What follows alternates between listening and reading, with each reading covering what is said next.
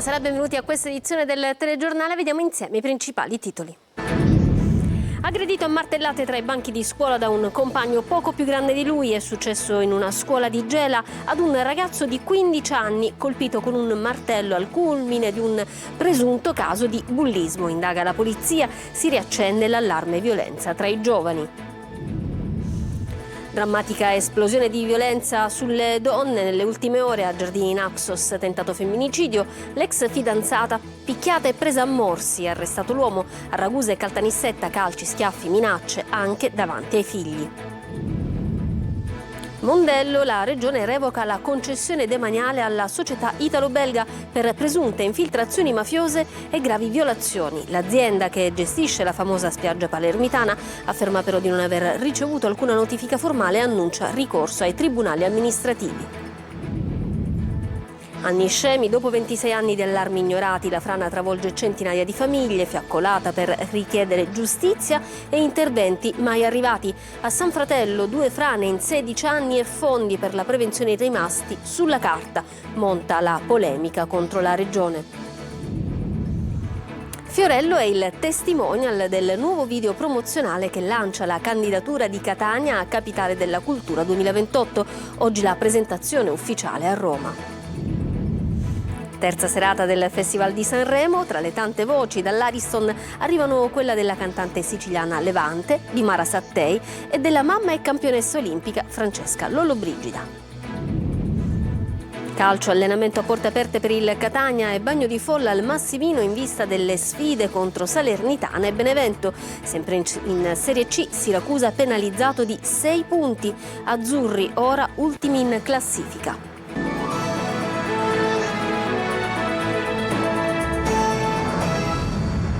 Bentrovati, in apertura andiamo a Gela perché questa mattina è stata una giornata di vera e propria paura in una scuola superiore di Gela dove uno studente ha aggredito un compagno con un martello, pensate, ferendolo alla testa. Provvidenziale l'intervento di un docente che ha evitato conseguenze ben più gravi, ben peggiori, sotto shock studenti e insegnanti. Indaga la polizia, ma resta aperto anche il tema della sicurezza e del disagio giovanile, come ci racconta Gerry Italia. Attimi di terrore questa mattina all'Istituto Professionale Majorana di Gela, dove uno studente di seconda superiore ha improvvisamente estratto un martello dallo zaino e ha colpito alla testa un compagno di classe. L'aggressione è avvenuta al termine della ricreazione mentre i ragazzi stavano raggiungendo il laboratorio di fisica. Un gesto improvviso, violento, che ha gettato nel panico studenti e docenti. Decisivo l'intervento dell'insegnante di fisica che, accortosi subito di quanto stava accadendo, è riuscito a disarmare il giovane aggressore e a prestare i primi soccorsi alla vittima. Nella colluttazione anche il professore è rimasto ferito ed è stato trasportato in ospedale per accertamenti. Il ragazzo colpito è stato portato al pronto soccorso dell'ospedale Vittorio Emanuele. Le sue condizioni non destano preoccupazione, ma lo shock rimane forte. Si è fatto male, Il ragazzo però mi dicono che non è in pericolo di vita, non è una cosa grave. Sarà stata una cosa superficiale perché il collega subito si è avvendato, dice che c'era voglia di lui. Secondo una prima ricostruzione, all'origine del gesto ci sarebbero ripetute offese e prese in giro subite nei giorni precedenti, un contesto di tensione e di disagio che adesso gli investigatori stanno cercando di chiarire. Sul posto sono intervenuti gli agenti della polizia e la scientifica per i rilievi. L'istituto è rimasto a lungo sotto controllo mentre compagni di classe, insegnanti e dirigenti scolastici cercavano di ricostruire quanto accaduto. Da Giardini Naxos a Caltanissetta sino a Ragusa, nelle ultime ore nuovi gravi episodi di violenza contro le donne. Sentiamo Francesco Triolo. Donne picchiate, minacciate dalla provincia di Messina a Caltanissetta sino a Ragusa sono stati diversi i casi nelle ultime ore. A Giardini Naxos domenica scorso un 41enne catanese è stato fermato per aver aggredito e pestato a sangue picchiandola con calci e pugni l'ex convivente. La donna è stata trasportata in gravi condizioni all'ospedale di Taormina dove è stata ricoverata. Oggi all'uomo è stato convalidato l'arresto. Oltre al tentato omicidio gli sono stati contestati anche i reati di sequestro di persona, maltrattamenti, atti persecutori, accesso abusivo al sistema informatico, un rapporto burrascoso caratterizzato dalla gelosia. Lui le impediva di uscire con le amiche, l'ha cancellata dai social sino alla notte tra il 21 e il 22 febbraio scorso, quando la donna è stata aggredita dall'ex e costretta a restare in casa per alcune ore. A Caltanissetta invece un uomo di 30 anni è finito ai domiciliari con braccialetto elettronico per maltrattamenti e minacce. L'uomo avrebbe sistematicamente sopraffatto la convivente con aggressioni fisiche e verbali, controllandone gli spostamenti, impedendole di frequentare familiari e amici, distruggendole in più occasioni il cellulare per evitare che potesse chiamare la polizia. Episodi simili si sarebbero verificati anche davanti ai figli minori. Altro episodio avvenuto a Ragusa, dove un 47enne ha insultato e picchiato violentemente la convivente, colpendola con calci e schiaffi. La donna è riuscita a svincolarsi per un attimo e a chiedere aiuto al 112. I carabinieri all'ora arrivo hanno trovato l'uomo quasi nudo che sbatteva la testa della donna contro il pavimento e dopo averlo bloccato lo hanno arrestato in flagranza di reato per lesioni personali aggravate e maltrattamenti in famiglia. La vittima è stata trasportata all'ospedale dove al termine delle medicazioni è stata dimessa con una prognosi di 25 giorni. L'uomo invece è stato condotto in carcere. E a Siracusa invece è stato fermato proprio questa mattina dalla polizia l'uomo che terrorizzava una signora tentando di aprire una finestra all'interno della sua abitazione prima un trattamento sanitario obbligatorio, il TSO, e poi l'uomo andrà in comunità. Noi avevamo incontrato proprio la donna che aveva lanciato l'allarme, l'ha sentita di nuovo Francesco Loi. L'incubo è finito. L'uomo che da mesi terrorizzava questa zona a 2 passi dal terminal bus è stato fermato. Così Rossana è più serena. Appena qualche giorno fa al nostro TG aveva lanciato un grido d'allarme. Devo dire che c'è stato un dispiegamento di energie da parte della dirigenza della questura di Siracusa, ma anche della magistratura. Il senzatetto nigeriano continua a dire di essere Dio e nella casa della signora più volte ha provato ad aprire una finestra per fare affacciare Gesù, diceva. Ma adesso la polizia lo ha portato all'Umberto I per un TSO e poi andrà in una comunità psichiatrica. Non ho la certezza che questa persona non scappi da là e non ritorni da me, ma sicuramente sto molto meglio perché finalmente il mio caso è trattato come doveva. Da tempo viveva in un capannone in disuso. I titolari lo avevano allontanato, ma nulla. Il suo rifugio era lì dietro questo cancello, ogni giorno lui lo scavalcava e lì in fondo si sentiva al sicuro. E adesso siamo entrati anche noi. In un certo senso questa era la zona giorno, lui qui soggiornava, lì c'è il divano, ci sono anche alcune bottiglie e scarpe, era diventato un terrore. Ora qui sono tutti più tranquilli. Ha bucato qua all'officina praticamente per attraversare, che doveva fare l'autostrada in modo suo. Poi da me in carrozzeria è salito sul tetto, ha recato altro danno. Dopo oltre un secolo la regione siciliana ha revocato la concessione balneare alla Mondello Immobiliare Italo-Belga che gestisce il lido palermitano. La società però annuncia ricorso al TAR. Sentiamo Maglio Viola. Addio al lido di Mondello così come lo conosciamo. La regione siciliana ha deciso di revocare la concessione balneare alla storica società Mondello Immobiliare Italo-Belga che gestisce il lido da 116 anni. La decisione è stata messa nero su bianco su un decreto firmato dal direttore generale del Dipartimento Ambiente Calogero Beringhieri.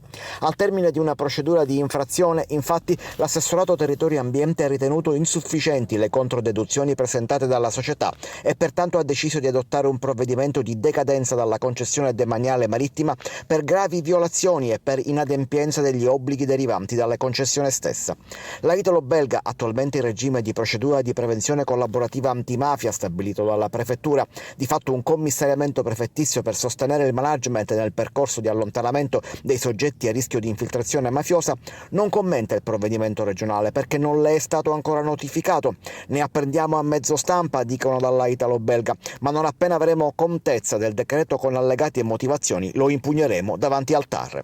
Gioisce invece il deputato regionale Ismaele Lavardera, che dalla fine della scorsa estate aveva lanciato una crociata contro la società che gestiva il lido. Fatico a trattenere l'emozione, dice il leader di Controcorrente. Un incendio è divampato in un appartamento al secondo piano di un palazzo di Corso Matteotti a Giarre, nel Catanese. Sarebbero 10 le persone intossicate dal fumo, compresa una neonata di pochi mesi che è stata trasportata per precauzione in ospedale. Un 43enne che si è ferito nel tentativo di salvare il proprio cane, è rimasto a casa, ha riportato delle ustioni ed è stato portato al centro specializzato dell'ospedale Cannizzaro di Catania. Adesso andiamo a Niscemi. L'allarme era stato lanciato ben 26 anni fa dalla Protezione Civile. Non è stato fatto niente, il disastro oggi pesa su centinaia di famiglie. Ovviamente parliamo della frana che è avvenuta ormai un mese, esattamente un mese fa, a un mese appunto dalla frana, ieri sera fiaccolata per chiedere giustizia, case e lavoro. GR Italia. Era tutto a portata di mano, documenti, studi tecnici e previsioni dettagliate. C'erano avvertimenti chiari, messi nero su bianco, oltre 20 anni fa. Nel dicembre del 2000 una relazione della Commissione Tecnico-Scientifica della Protezione Civile segnalava il rischio concreto di una frana di grandi dimensioni e indicava una serie di interventi urgenti per mettere in sicurezza Niscemi, opere che a distanza di 26 anni risultano in gran parte mai realizzate. E il risultato è sotto gli occhi di tutti dal 25 gennaio scorso. 5 edifici crollati, 4 in bilico, 137 dichiarati inagibili, 3 scuole chiuse e oltre 500 famiglie costrette a lasciare le proprie abitazioni. Oggi quel dossier è al centro dell'inchiesta aperta dalla Procura di Gela per disastro colposo. I magistrati hanno incaricato 3 docenti dell'Università di Palermo di ricostruire cause e responsabilità per chiarire se e come si potesse evitare la tragedia. Intanto, a un mese esatto dal disastro, Niscemi è scesa in piazza. Migliaia di persone hanno risposto all'appello del Comitato Evento Franoso e hanno dato vita a un lungo corteo con una fiaccolata. In testa uno striscione: il coraggio di restare, la forza di cambiare, nessuna bandiera politica, solo cittadine, famiglie, sfollati e lavoratori. Ringrazio tutti i cittadini che si sono stretti oggi insieme a tutti gli sfollati per manifestare la solidarietà di tutta la città e la richiesta di tutta la città alle istituzioni perché inizino a fare quelle opere necessarie per far ripartire Niscemi, e la prima cosa è far rientrare le persone nelle loro case in sicurezza. Il corteo ha attraversato le vie principali e si è fermato anche davanti alla SP12, una delle zone simbolo della devastazione, oggi transennata e silenziosa. Poi l'arrivo al santuario di Maria Santissima del Bosco con una partecipazione che è andata oltre ogni previsione. Al calare della sera le fiaccole hanno illuminato la città, piccoli segni di luce contro il buio dell'incertezza. A Niscemi la speranza resiste ancora, insieme alla richiesta di verità e di giustizia. La Sicilia che si sgretola, non solo Niscemi, tra i tanti altri paesi che devono fronteggiare il dissesto idrogeologico, c'è anche San Fratello nel Messinese, dove 2 frane in 16 anni hanno messo praticamente in ginocchio un'intera comunità. Sul posto per noi è andato Marco Gullà. Così era e così è rimasto. Hanno usato Niscemi per fare le passerelle e poi non si è visto più nessuno. Qui siamo a San Fratello, in provincia di Messina, e negli ultimi 16 anni si sono registrate 2 violente frane, una nel 2010 con 1500 sfollati, poi nel 2023 con decine di famiglie costrette a lasciare la propria casa. Una situazione molto simile a quella di Niscemi. Quel che fa riflettere è che però questi grossi massi, questi costoni che ormai hanno praticamente distrutto la carreggiata, sono qui da oltre 3 anni. Eppure questa frana poteva essere evitata, anche perché erano previsti dei fondi per la prevenzione del territorio, prevenzione che però non c'è mai stata. Qualsiasi segnalazione fatta da noi cittadini o era presa con una semplice risata o era passata in sottobanco. Ah sì, è una pietra, cade, va bene, cade, ma se c'era un monitoraggio, un qualcosa, forse non si arrivava neanche a questo punto. Oggi noi siamo a circa 3 anni da quando è avvenuta questa situazione di dissesto che sta mettendo in ginocchio la nostra comunità, non solo per le circa 40 persone che furono sfollate e che ad oggi vivono purtroppo in un limbo, ma anche dal punto di vista economico, perché questo smottamento ha bloccato 2 delle vie principali. Ma com'è possibile che in 3 anni non è stato spostato neanche un masso? A questa domanda la Regione Sicilia ci risponde con una mail, sostenendo che le attività non si sono mai interrotte e che hanno richiesto del tempo per i complessi approfondimenti geognostici. A Palermo si avvera il sogno di padre Pino Puglisi. Partono infatti a Brancaccio i lavori per il nuovo asilo, spazi all'aperto e aule per 60 bambini. Oggi la consegna del cantiere dopo anni di ritardi e polemiche. Vediamo.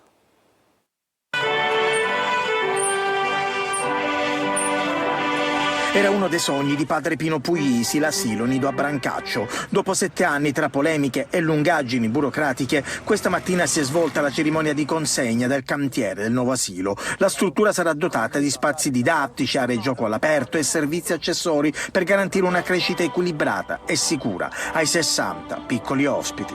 Il significato è fortemente non simbolico, ma finalmente è un segno tangibile, dove la gente ora finalmente vede che questo asilo sorgerà. Perché per arrivare a questo punto noi siamo stati almeno 7 anni a combattere col territorio che non voleva creare. E quello era normale, perché siamo un'area franca dove ci facevano quello che volevano. Quando invece gli abbiamo fatto capire quello che si doveva fare, loro hanno aderito al progetto. L'opera ha un investimento complessivo di circa 3 milioni di euro tra fondi POC, metro e stanziamenti comunali. Ma quando sarà pronta? Teoricamente dovrebbero finire entro il 31 dicembre 2026.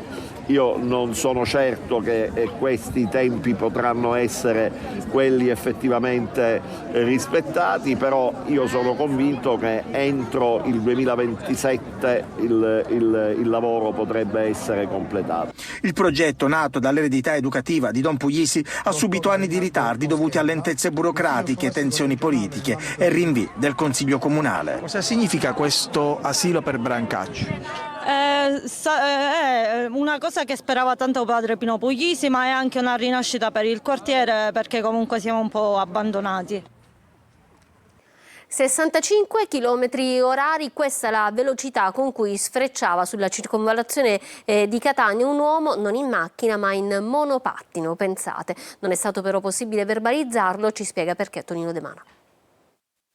Sulla circonvallazione di Catania corrono auto, corrono moto, corrono cavalli ed ora corrono, anzi sfrecciano, persino i monopattini con un passaggio rilevato ad oltre 65 km/h. Sì, 65 km/h che non porteranno comunque ad una sanzione nonostante il limite massimo di 50 km/h. Il perché lo spiega direttamente il comandante della Polizia Municipale Peruga. Circolava sulla circonvallazione alla velocità di quasi 70 km/h. Senza la targa non è stato possibile contravvenzionare? No, non è stato possibile perché, ripeto, dal rilievo con l'autovelox abbiamo rilievo fotografico di spalle del conducente, ma non abbiamo avuto elementi ulteriori per poter identificarlo e né ci sembra, dalle immagini che abbiamo in nostra disponibilità, che sia riferibile a un mezzo noleggiato. Il mezzo a 2 ruote è stato immortalato sul viale Andrea Doria, direzione di marcia Ognina. Al di là della velocità sono in tanti a bordo di monopattini a non rispettare il codice della strada. Il casco non ce l'ho.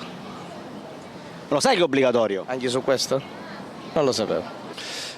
Diciamo che lo so, ma ancora onestamente non ho capito se è già in vigore o meno. Siamo stati sulla via Etnea, abbiamo visto tante persone, tanti monopattini, ma i cui conducenti erano senza casco. Anche questo è un obbligo che è stato recentemente introdotto, come anche l'obbligo di targare il monopattino e di procedere alla copertura assicurativa. Monopattini che sfrecciano, ma non a 65 km/h, nella centralissima via Etnea, dove l'incolumità dei pedoni è a rischio. Ho visto che comunque in via Etnea ti guardavi a destra e a sinistra, da chi? Dai monopattini o da altro? No, è carattere, io mi guardo sempre a destra e a sinistra. Fa bene ovviamente. Rimaniamo a Catania perché arriva il vincolo sugli archi della Marina, è un'opera che racchiude la storia della città e non può essere demolita, non si può riportare il mare lì. Sentiamo il servizio di Lorena Dolci. A chi sì, a chi no. Arriva il decreto che mette la parola fine alla diatriba che divide i catanesi da oltre un decennio. Gli archi della Marina non si toccano, sono opera di interesse culturale. Su di loro, insieme ai treni, passa adesso il vincolo chiesto dalla Soprintendenza ai Beni Culturali di Catania e sancito con decreto regionale del giugno scorso. Ad avviare il procedimento l'allora soprintendente Donatella Aprile. Si ritiene che sia la testimonianza della nostra città, della città ottocentesca, perché rappresentano sicuramente, oltre che un significato architettonico che è sotto gli occhi di tutti, perché ha una storia.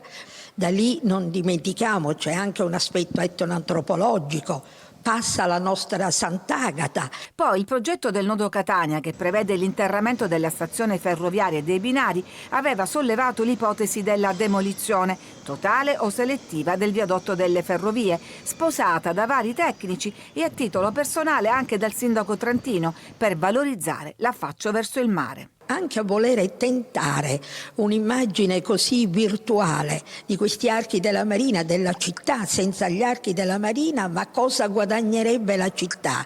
La visione sul capolinea degli autobus oppure su alcuni edifici appartenenti al porto o meno, che sono sicuramente discutibili, quindi il mare certo lì non lo possiamo riportare. Il mare torna solo nelle foto d'epoca che li ritraggono lambiti dall'acqua e circondati dalle barche dei pescatori.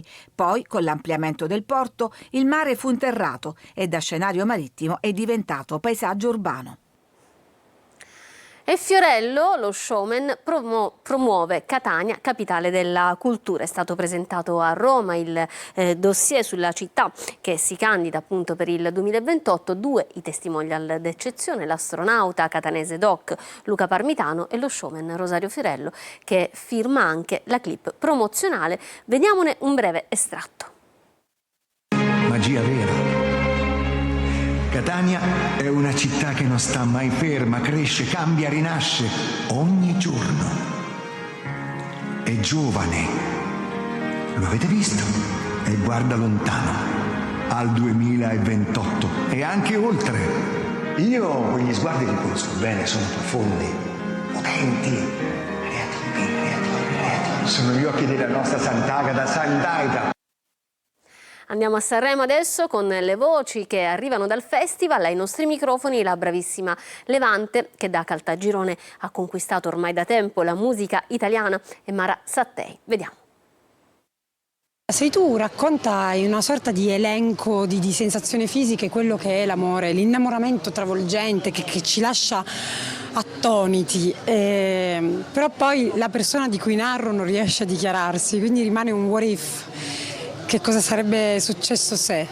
Sono molto fiera di questo brano perché ogni sera cresce per me, ogni sera lo canto e mi sembra di scoprire qualcosa di più prezioso ancora. E poi sono felice di aver portato un aspetto di me più delicato rispetto alle vecchie partecipazioni. Sei lontana dalla Sicilia, ma la Sicilia penso che tu ce l'abbia sempre nel cuore. Io non credo che la Sicilia mi abbia mai abbandonato in tutte le cose che faccio, nel modo in cui scrivo, il modo in cui sono è siciliano.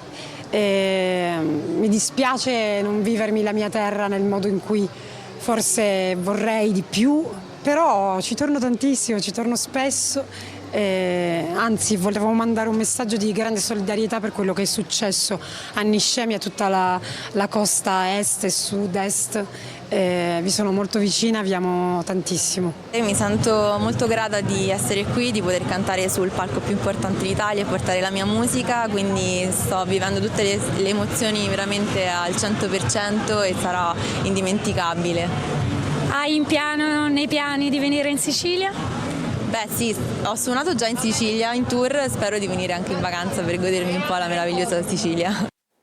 E tra i super ospiti di Sanremo anche una campionessa olimpica come Francesca Lollobrigida, vincitrice di 2 medaglie d'oro alle Olimpiadi invernali Milano Cortina. Vediamo. Doppio oro, lo porti anche sul palco dell'Ariston. Sì, è stata un'emozione, davvero un'emozione unica da atleta, perché non sono un cantante, mi sono goduta ogni singolo applauso del pubblico italiano. Com'è vincere 2 ori? Un orgoglio? Sì, un orgoglio, ma è anche il sogno dei sogni e ripaga tutto il lavoro che c'è stato dietro, ed è un lavoro di squadra. Ecco, no? Anche se il mio sport è uno sport individuale, ma dietro di me c'è un lavoro di squadra. Il tuo rapporto con la Sicilia? Allora, io per le gare di pattinaggio a rotelle sono venuta molto spesso in Sicilia e spero di ritornarci, anche perché sono veramente una buon gustaia. Mangio e apprezzo tutto. Un saluto a tutti i siciliani, un bacio! Ci fermiamo per una breve pausa, tra poco lo sport.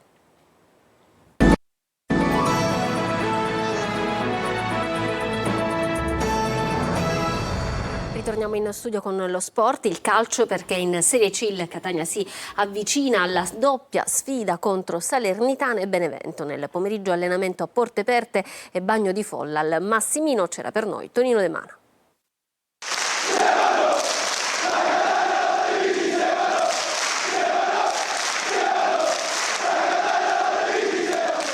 Cori, applausi, braccia levate al cielo con la squadra a ricevere il calore della sua gente. Si avvicina a grandi passi la doppia sfida contro Salernitana e Benevento, che di fatto può decidere le sorti del campionato. Bagno di folla per il Catania e pomeriggio rosso-azzurro al Massimino per un allenamento a porte aperte che ha richiamato oltre 1500 tifosi, tutti radunati in tribuna A.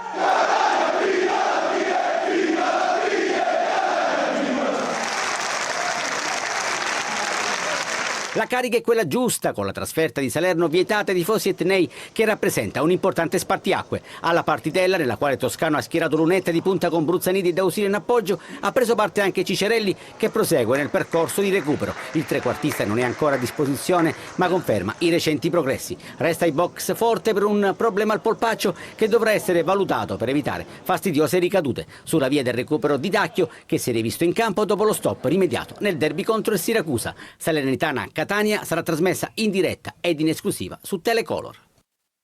Il Siracusa invece è stato stangato con 6 punti di penalizzazione. Il Siracusa ritrova l'ultimo posto, questa volta non per demeriti calcistici, ma per le violazioni relative ai mancati versamenti del secondo bimestre. Inibizione per 6 mesi al presidente Ricci. Sono i provvedimenti del Tribunale Federale Nazionale, che ha tolto 6 punti alla classifica del Siracusa, scivolato a quota 17 a 5 lunghezze dal Foggia penultimo. Si complica e non poco il cammino salvezza degli azzurri, anche perché a fine marzo si aggiungerà una seconda penalizzazione di 2 o 3 punti per gli inadempimenti dello scorso metà febbraio relativi alla finestra novembre-dicembre. Alla squadra di Turati serviranno gli straordinari sul campo per evitare una probabile retrocessione. Ancora più complicata la posizione del Trapani, già penalizzato di 15 punti e vicino all'esclusione in corsa dal campionato di Serie C, in quanto recidivo sui mancati pagamenti. L'udienza è fissata il prossimo 9 marzo. Ancora una pausa, tra poco i saluti.